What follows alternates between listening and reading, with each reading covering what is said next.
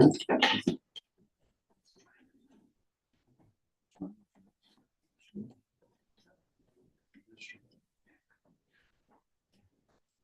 she put in on Zoom, because Andrew's got Zoom. Andrew's got Zoom right there. Yeah, she's probably in the attendees list. I don't see her listed though.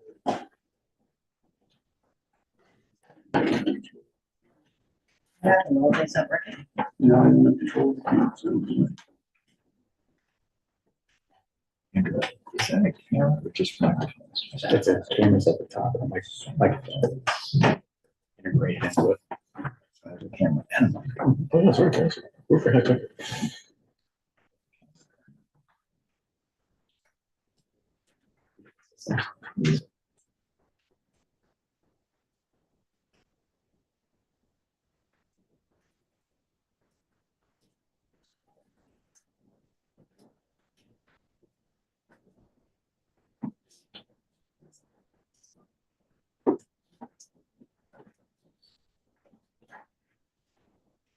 Why is your name backwards on this? How it's sitting. Oh, the image is reversed. Trying to read his name back. He'll have it on. I guess you can go with the Zoom and I'll just start, get as best I can get on TV. That's cool. Yeah, we're good. Wait, right? Are we left? Yeah, we're good. Oh, I'm sorry. Everyone, welcome to the June 11th Board of Selectmen's meeting. Selectman Lansett couldn't make it tonight, so I'll be playing his part. One quick thing after the Pledge of Allegiance, if you could remain standing for a moment of silence for a couple of things. So that being said, if you would please all rise, join me in the Pledge of Allegiance. I pledge allegiance to the flag of the United States of America and to the republic for which it stands, one nation, under God, indivisible, with liberty and justice for all. It's with a heavy heart I have to make a couple sad announcements during this moment of silence. First, I'd like to acknowledge the unexpected passing of Jean Vincent on May 30th. Jean was on the planning board. She was a department assistant at the town clerk's office, an election worker, Charles Ries Foundation, and the CERT team, just to name a few. She'll be sorely missed, and our condolences go out to her family. The second is, I'm not sure if you've seen on social media or if you have kids in school, very wonderful young man by the name of AJ Condon unfortunately succumbed to his disease and recently passed away. So if you could please just join me for a brief moment of silence.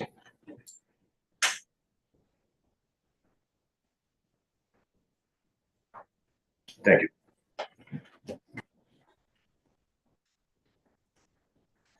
All right, regular business. Approval of the minutes of the regular meeting of May 28th. Do I hear a motion? So moved. Do I have a second? Second. Discussion? Hearing none, all those in favor? Aye. Opposed? That's unanimous. Next up, we have community relations, announcements, and open forum. Tasha, if you would. The Council of Aging is in search of a new pediatric nurse for just a couple of hours a month. Anyone interested should contact Michelle Drum, Council of Aging Director. The Council of Aging is in need of members as well. The town hall will be closed on June 19th, and that's for observance of Juneteenth. John Marcy, the new state representative, will hold office hours on Tuesday, July 16th from 5:30 to 6:30, and that will be meeting room 1 at the Charlton Town Library, Charlton Town Hall, sorry. Thank you, Tasha. Anyone else on the board for announcements? Anyone here for community forum? Seeing none, we're going to move on to our appointments and resignations. First up is the appointment for the sergeant promotion for the Charlton Police Department. Chief.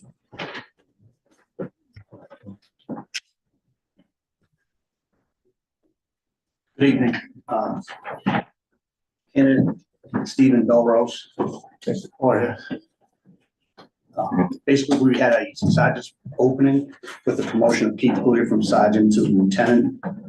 We held an exam, both written and an assessment, and Steve scored the best on that assessment and on that overall score of the written and assessment. Steve has a bachelor's degree and a master's degree. Steve's got several years of experience in Southbridge as both a patrolman, sergeant, and lieutenant. And I'm recommending Steve for the position of sergeant. Excellent. Steve, well done. first and foremost. Very, very impressive scores from what I can see, so Thank you, it's sir. very, very well done. So we have, do I hear a motion? I can make a motion. Second for discussion? Second. Do we have any discussion? No? Second. More of an announcement than a discussion, just that, nothing personnel related, no personalities, but I will be voting no on the promotion. Nothing to do with Officer Belrose. He could be the greatest thing since sliced bread, and I hope to find out that he is. But it would be inconsistent of me to vote yes. In my heart, I believe, having spent years arguing about how amazing our department is and how we are blessed to have the best officers, all of whom are overwhelmingly qualified, and about promoting from within over and over and over again. And to Officer Belrose, soon to be sergeant, I would tell you that if you go for another advancement opportunity a year or two down the road, and you were in this position and someone else had come over here and just got here for a year, I would stand for you as well. Because I do believe that it's important that we talk about supporting those officers who've given their careers to the town. And I think it would be inconsistent of me to vote otherwise. But regardless, I do wish you the best. And like I said, if this was you in a year or two against another new transfer, I would stand for you as well. I understand, sir. Thank you. Thank you, Selectman Singer. Any other discussion? Hearing none on the promotion. All those in favor? Aye. Aye. All those opposed? No. That'd be 3-1, Sergeant, or soon to be Sergeant. Congratulations, very well done. Thank you, sir.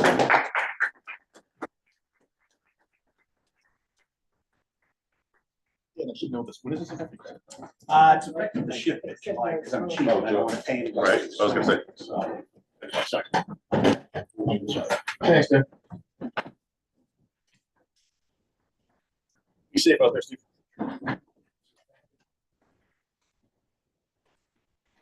Still doing well on time. Next up, we're making an appointment for the executive assistant for the highway department. Nick, as always, is in the audience.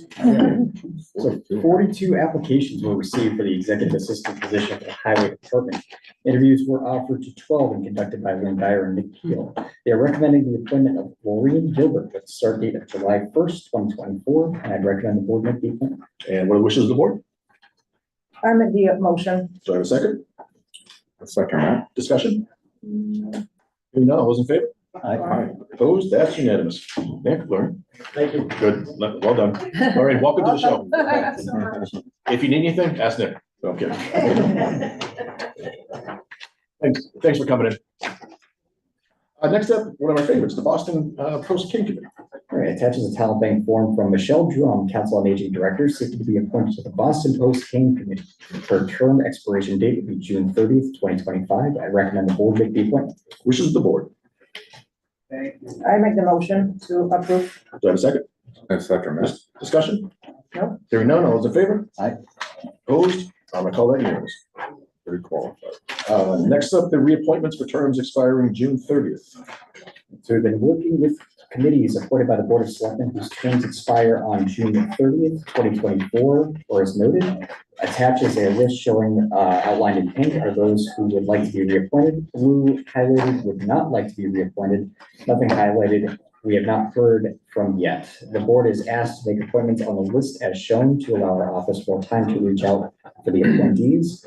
For those not seeking reappointment, letters thanking them for their service are in your sign folder. Should any changes be made, we'll bring these back to the board at your July meeting. Thank you, Andrew. Before we actually get to a motion, does anyone have any questions, concerns? I do have a question. Selectman Gross? Floor is yours. When we get down to, I'm looking at the sideways of this. Yeah, to do something, yeah. Chapter 5, section 2. For the Glen Echo Lake Dam monitors. So it came out that they're no longer needed. But we have all the other lakes that still have dam monitors. So the highway department's gonna take over Glen Echo. They will assist in the monitoring of Glen Echo along with the conservation director. Why is that one singled out? Because the two guys, I talked to both, they've been doing it for 25 years. I don't know why we would have highway do it if they're still interested. primarily upon recommendation of the Conservation Commission. Was it a personality issue or? That was the recommendation of the Conservation Commission, was to utilize the DPW for the monitoring of Glen Echo. To me, it just makes sense. If they live on that lake and they've been doing it for 25 years, they're out there having coffee, they can see what's going on with the lake levels. Pretty rough. But that's all, Do that's you my oppose point. any of it? I didn't oppose. The Glen Echo Association. I did not receive any comment from the. I haven't heard anything. Nobody opposed it. All right, well, we can take it a couple ways, but I will entertain motions, however the board would like to proceed. So can we go with the motion approving all of the whole entire list? I'll second that for discussion. Sure. Discussion. No. Andrew, that work for you? Works for me. All right, without any more discussion, all those in favor? Opposed? That's unanimous. Next up, resignation. Andrew? Attaches a letter from Holly Boyle resigning as a per diem dispatcher for the Charlton Police Department as of May 30th, 2024. The board should accept her resignation, and a letter thanking her for her service to the town is in your sign folder. Wonderful. Do I have a motion? Yeah, I motion it with regret. Do I have a second? Second. Good, David. Discussion. Hearing none, all those in favor? Aye. Opposed? That's unanimous. We are a couple minutes ahead of schedule. Let's jump down to new business for the special alcoholic beverage license, please. If you go too fast, you might upset Pete. So attaches an application submitted by James O'Donnell for a special alcoholic beverage license to be issued on September 7th, 2024 from 5 p.m. to 11:30 p.m. at Camp Jocelyn for a wedding. Application has been reviewed and approved by Police Chief, Building Commissioner, and Fire Department.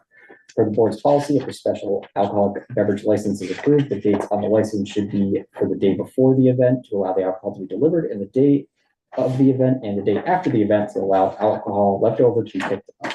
The recommended motion is included. I move to approve the special alcoholic beverage license as submitted by James O'Donnell for a wedding with the dates on the license to be September 6, 2024, September 8, 2020, until September 8, 2024. Thank you, Bosh. Do I have a second?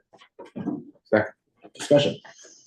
Hearing none, all those in favor? Aye. Opposed? That's unanimous. Andrew, I'm assuming we can do the request for redemption pretty quickly? Yeah, cool. New business number 2, please. All right. Attached is a request on behalf of Santander Bank, otherwise known as Sovereign Bank, who is the owner of property located at 185 Nugget Drive. The foreclosed mortgage for the said property was due to non-payment of debt.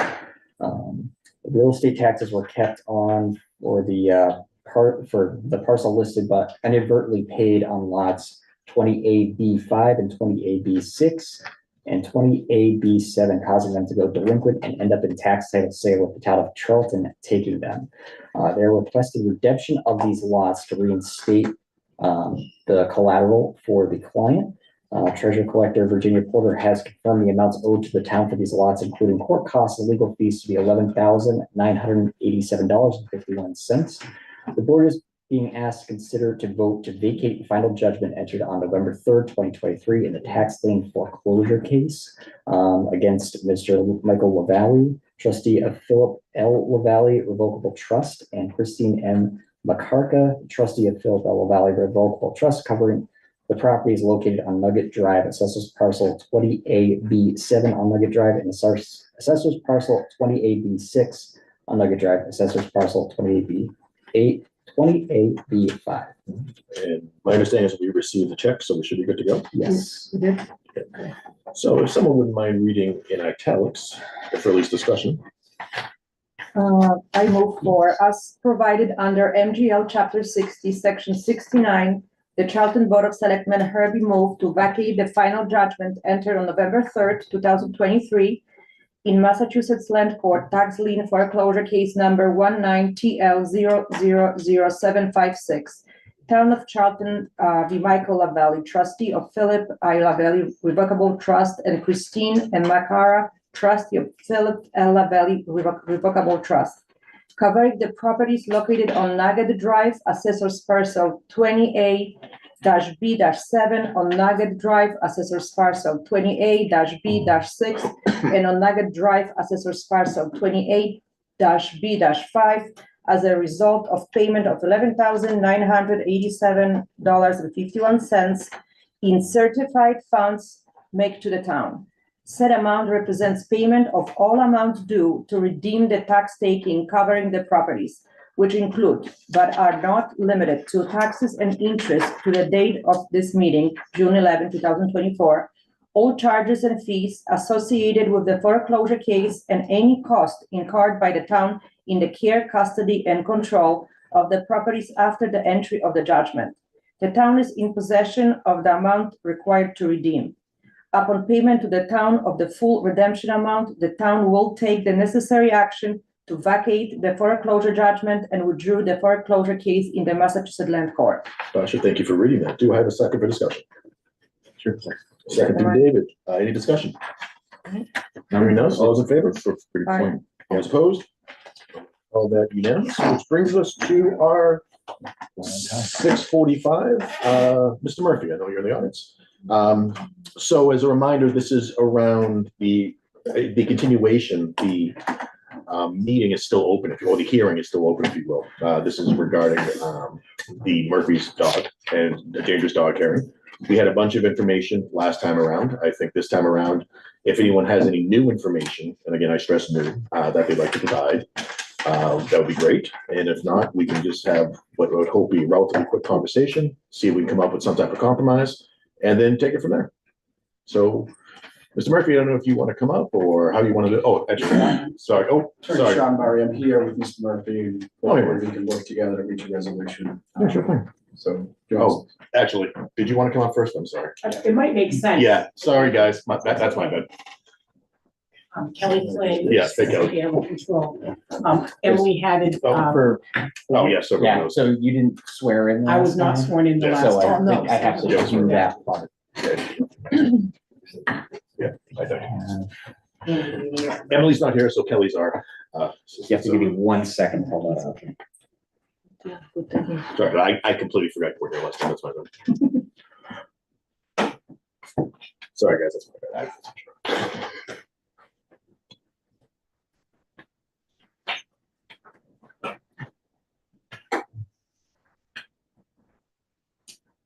Good catch, since last week.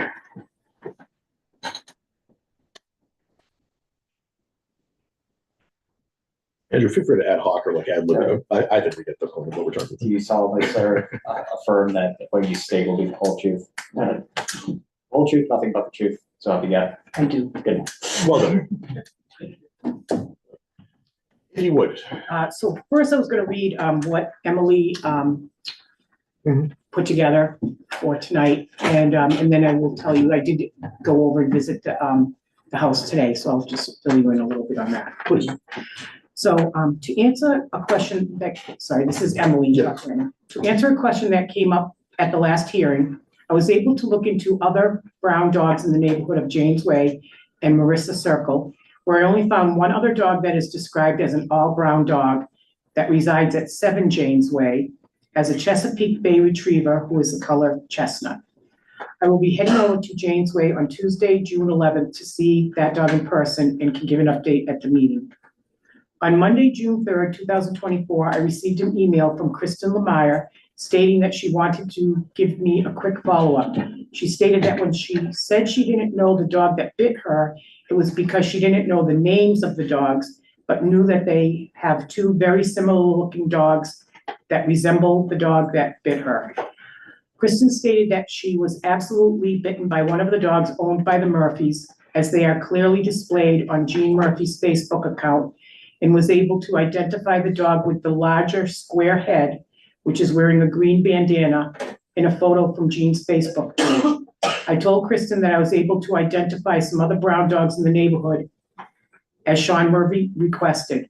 Kristen stated it absolutely was not the dog at 7 James Way, who has fluffy wavy hair and who she interacts with quite often. On Monday, June 3rd, 2024, I contacted Jean Murphy via email and told her that I would like to come over to the house to see the dogs, check out the property where the dogs could have escaped from, and discuss their preventative measures, and if she would give me some good days and times that were good for her. On Thursday, June 6, 2024, I received an email from Jean Murphy advising me to seek out their attorney with any questions that I may have, so I was not able to see the dogs or fenced-in area at that time. I will reiterate what I said, which is that I don't believe this dog needs to be deemed dangerous, but I will say that Kristen was the only one present at the time of the event and is the only one who can identify the dog that bit her. And again, for those at home, that's from ACOCS. Yes. So I did go over to the Murphy's house today. Mr. Murphy let me look at I met both of the dogs. They're both good with me. They let me see the backyard. He said you got pictures of that, I believe. He did add an electric wire on top of the chain link fence that's already there. And he did fasten like a bungee cord type of things onto the gate latches. So the gate latches they have there, I have them at our kennel in Oxford too, and it's like a U shape and it goes down like that around the pole. Those dogs can bump those up. So he bungee corded those down so they're not able to do that at this point. I do know that when Emily made recommendations, she recommended the self-closing and self-latching doors for the gate. So there's one single gate and then there's a double gate in the whole fenced-in back area. And the fence is approximately 279 feet long. It's 4 feet, it's a 4-foot high fence. It's very solid. I did not see any evidence of dogs digging under anywhere. There was all just grass there. So you go out the back deck, is a big deck, and you go down the stairs, and then the whole yard is fenced in.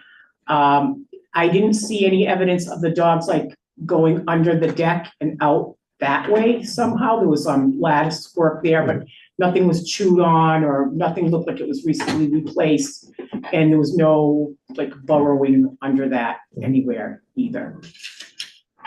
So, and also Emily did suggest that the fence height be extended to a height that prevents the dog from jumping the fence, or add an electric fence as a second barrier. And Mr. Murphy did say that there was an electric fence in the ground as well, that he does not have hooked up right now, but that's another option. Thanks, Bill. Appreciate it. Any questions for the before? No.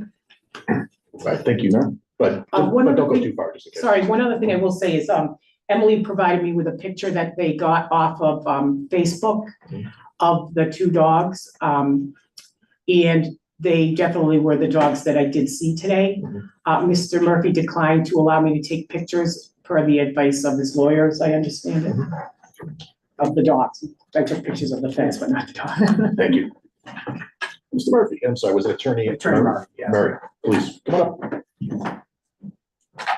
All right, let's see if we can find a compromise on this so we can all go on with our. And if I could just briefly, I appreciate the challenge that these type of issues pose for the board, and on behalf of Mr. Murphy and his wife, I think we'd like to try to reach a resolution to this. I did look at the meeting, the video of the meeting, and clearly there's a lot of emotion involved here. I still think there may be some issue in terms of the identity of the dog that was involved. I appreciate the testimony that was just given. Mr. Murphy, I believe, testified that he did let the dog out, both dogs out in the backyard. And I remind this is a 5-year-old dog that has no history of any type of violence or aggressive behavior. Let the dogs out, and then these same two dogs were let back in, and they were both in that fenced-in area. So the idea that these dogs, or this dog jumped over a 4-foot fence, which is something that the dog had never historically done before or after, is something that, I think we're struggling to kind of accept, just given the history and given the fact that the dog has never done that before. notwithstanding that, Murphys are trying to be good neighbors here, and try to, address any concerns that the neighbors may have. He did already, as indicated, put that electric fence, wire on the top of the fence to again deter the dogs and discourage the dogs from coming close to the fence. And he's indicated a willing, at a considerable cost, that older underground fence is probably not operational. And if it's not, to put in additional underground wiring with the dogs on the collar, some feet away from the fence to deter the dogs from approaching the fence, and even getting in a position where the dog could jump. And again, there's just no history of the dog ever doing that before, jumping over the fence. The idea of putting an 8-foot fence is not something, quite frankly, that the Murphys are interested in doing. It's the cost of that would be considerable, and I think would turn their backyard aesthetically into something that would look like a prison, and they don't want to do that. I think the recommendations that we're willing to make here, I think will address the concerns, and keep the dog inside that fenced-in area, and hopefully put this kind of issue to bed. So what I'm hearing, just to reiterate, or paraphrase, is that currently, so between the locking of the gates with the bungee cords or whatever. Yeah, and any other additional Yeah, we things can figure along that that line we can work with. There's currently an augmented electric on top of the fence. Correct. And then based upon ACO Sears recommendation, it was one of two things, either to bump up the fence to 6 feet or 6 feet plus, or to have some type of electric fence outside of that's already on top of that, to discourage dogs from even going there. So you have 3 layers of protection. You have the top of the fence of electric current, you have the collar with an additional electric current, and you have the fence itself. And again, there's just no history of the dog, either of these dogs acting aggressively or jumping over the fence, and putting aside the issue of the identity of what dog was actually involved here. But didn't you say that the collar underground one isn't operational? It was an old one.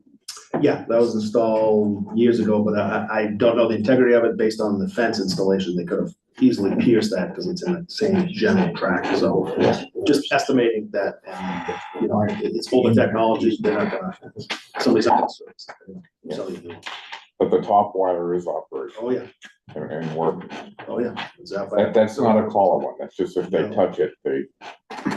Any touch it gets out. Kind of like for cattle type of thing, I'm assuming, yeah. Sure you. Please do.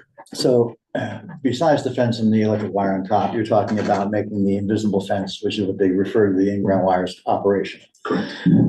That does require training. So the dogs have the collar, they know as they approach, they learn to stay. Okay, so I just want to make sure that you're not saying the wire is that you're saying the wire is there, but you're going to also make the invisible fence operational as well. Yes. Okay. Or just for clarification. And I guess we would request, given this offer of compromise, that this be done without a formal finding of dangerousness or nuisance or what have you. I mean, just in the spirit of compromise here. With a time frame on that new electric underground. I'm not sure how quickly a company can get out there, but I would guess within 60 days. I was gonna say within 60 days sounds. So Kelly can go and. Sounds reasonable. Yeah, 60 days, I think, yeah.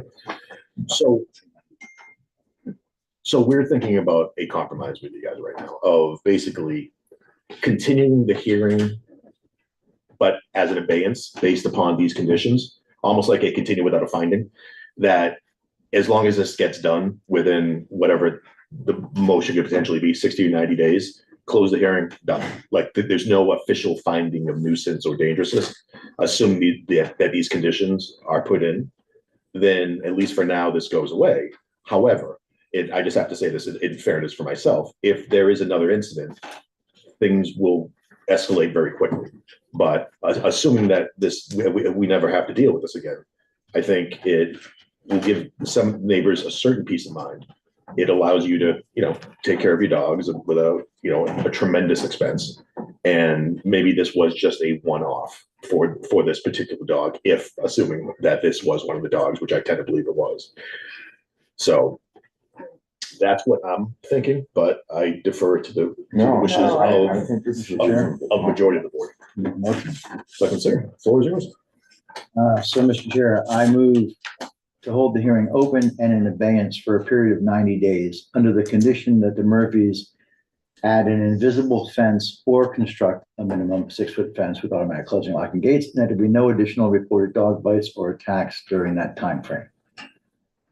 So we put in the And for us to option, go and examine and see that it's there. correct, Kelly but we've or- added in the option to have the invisible fence in lieu of the 6-foot fence. And if it's not installed within 90 days, we're gonna have to honestly a good reason why, to be candid. Do I have a second for discussion? second. Discussion, folks.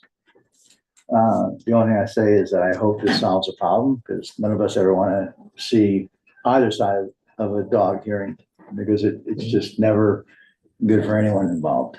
Understood. So we're gonna put it on the agenda. Yeah, we didn't have time, right?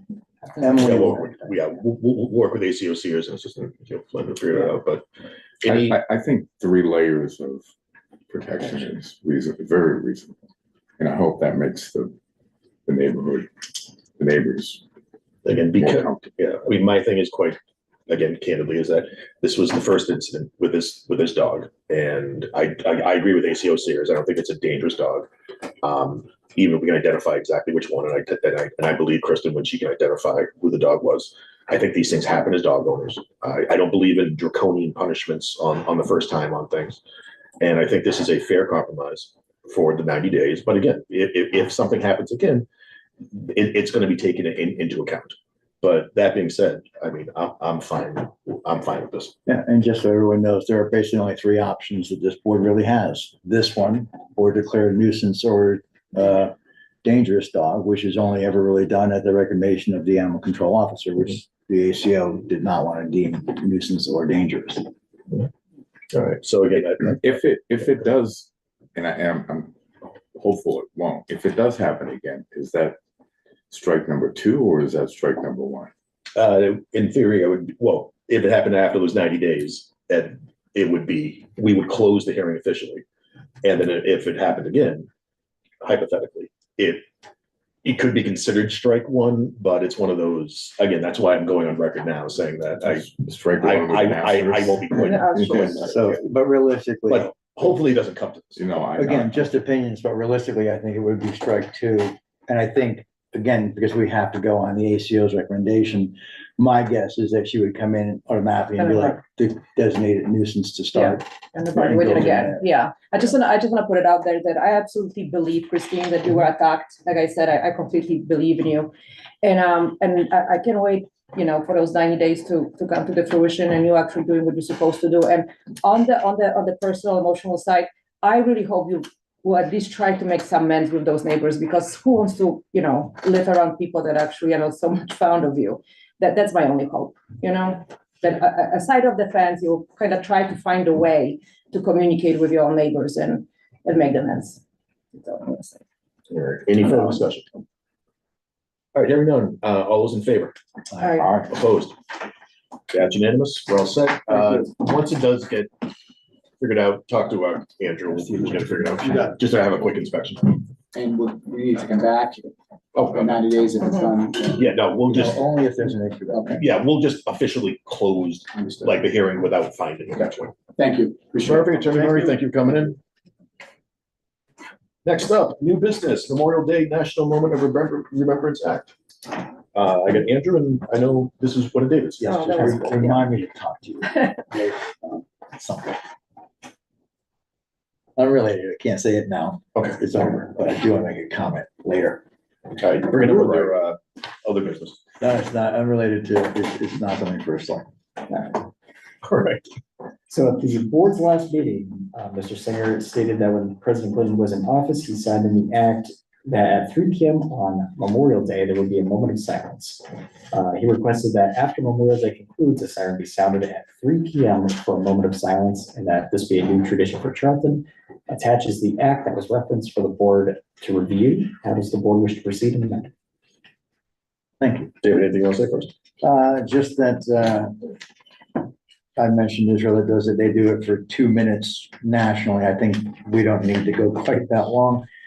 I was thinking even a 10-second siren, moment of silence would be ample. I think it was Pete, who's not here, but he had mentioned there might be something up at Bay Path. Plus we have fire station cruisers, so we could easily have sirens go for 10 seconds at 3 PM on Memorial Days. Plenty of time to notify the public that we are going to be doing this. And I think it's also a nice way to remind those who don't make it to the Memorial Day parade, who maybe just are home barbecuing or just doing other things, that there's a little reminder for them as well to stop for 10 seconds, please, and just take a moment of silence. So Selectman Singer, the thought being that at 3 o'clock, sirens go off. For 10 seconds, moment of silence. Okay, so, all right, so. You can make it longer. No, that's I thought if you do 30, it's a long time. I was thinking siren would like alert somebody to do the moment of silence afterwards, but if you're saying for 10 The seconds. siren goes for 10 seconds. All right, It's a 10 seconds, that's the moment. And what triggers it? Is it? It's 3 PM. 3 PM on 3 Memorial Day, PM on the Memorial Day. usually right after our ceremony concludes. Yeah, Right. Well, I should say the veteran ceremony. the time actually. Yeah, which we always finish. Yeah. Funny, by around 3 o'clock. So do I have a motion? So, I have a motion by David, do I have a second? Second. Second by Basha, discussion. No. Hearing none, all's in favor? Aye. Aye, opposed, that's unanimous. thank you. Andrew, I'll leave it to you to coordinate with police, fire, whoever we have to make that happen. Old business, I believe this is also from Selectman Singer via Andrew. Okay. Request, at the last week from Selectman Singer, asked for an update on both PFAS and crumbling concrete. So related to PFAS, on October 2nd, 2020, Mass DEP had published its PFAS public drinking water standard of 20 parts per trillion for some of the concentrations of 6 specific PFAS chemicals. On April 10th, 2024, the EPA announced a national primary drinking water regulation for those 6 PFAS chemicals, which further reduce the minimum containment levels for these contaminants.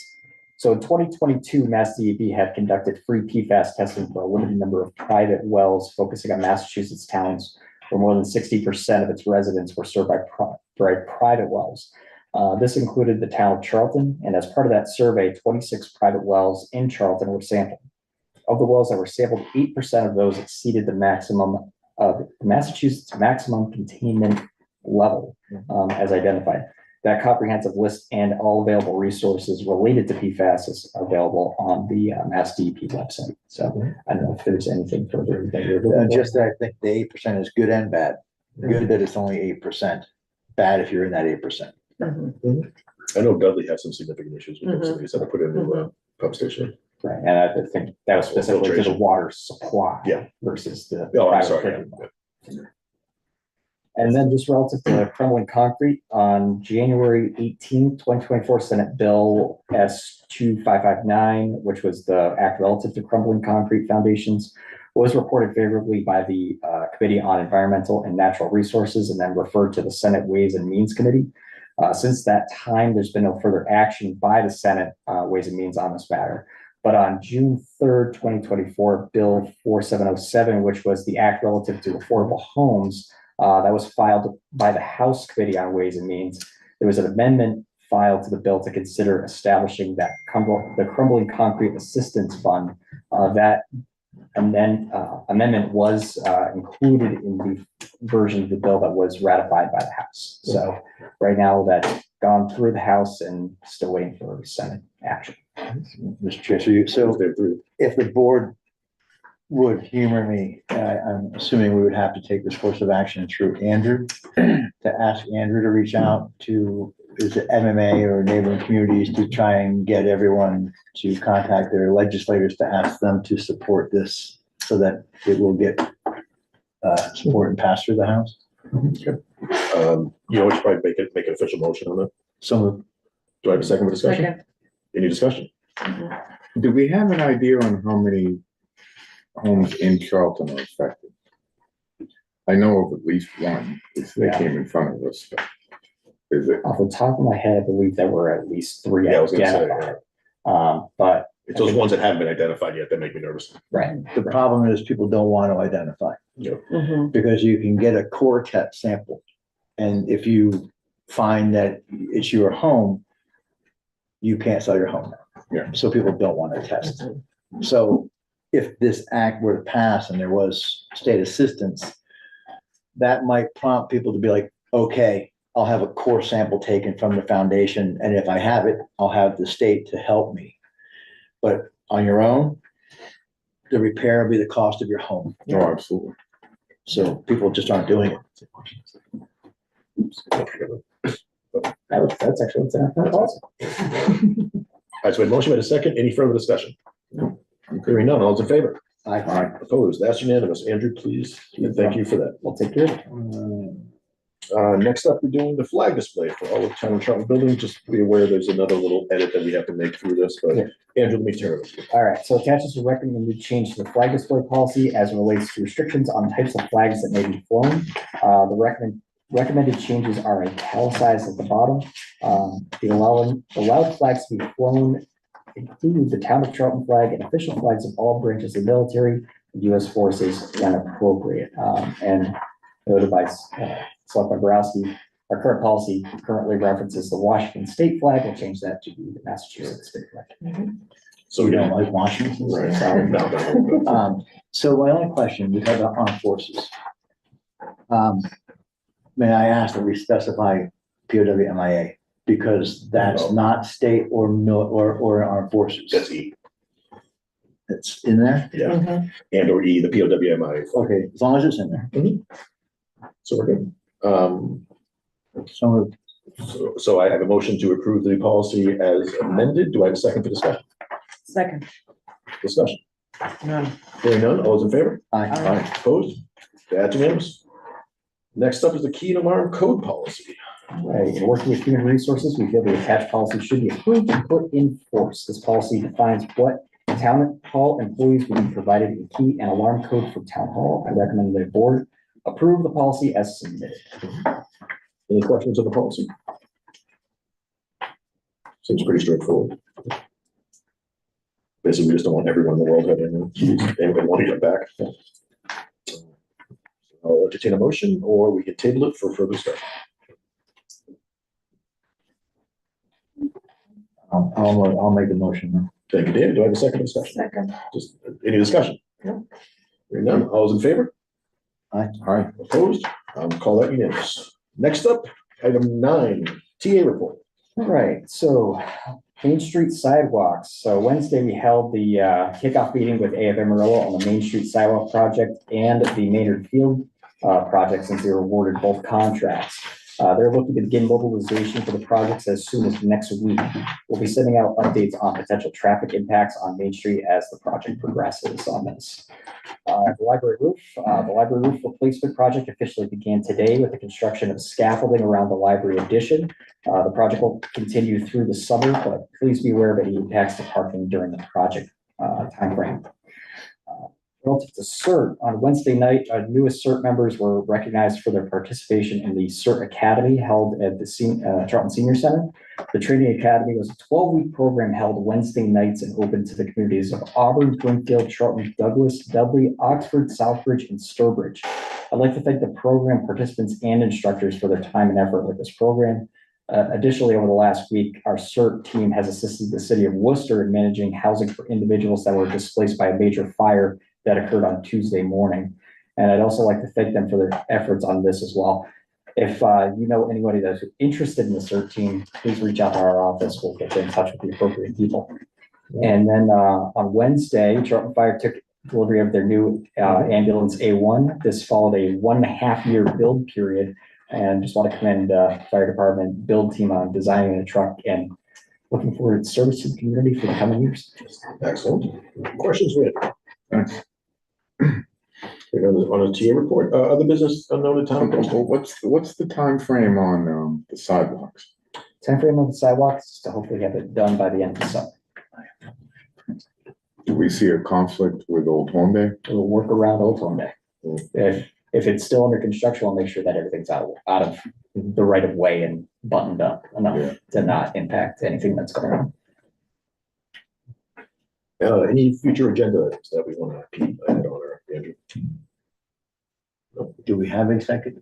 Yes. And does someone have a motion? Actually, no, we won't a second. Sorry. Our next meeting, again, we're on our summer schedule. It'll be July 9th, 2024, obviously. And now we'll be going into executive session. So I would appreciate, are you all set, sir? Oh, good. All right. I'll read this. Yeah, just read that. Just don't say fire unit. Mr. Chair, I move to go into executive session to discuss strategy with respect to collective bargaining or litigation police chief contract. If an open meeting may have a detrimental effect on the bargaining or litigating position of the public body, and the chair so declares, to return to open session if needed and to adjourn. And the chair so declares. Do I have a second? Second. Any discussion? No. Roll call. Steve? Aye. Sasha? Aye. David? Yep. Chair votes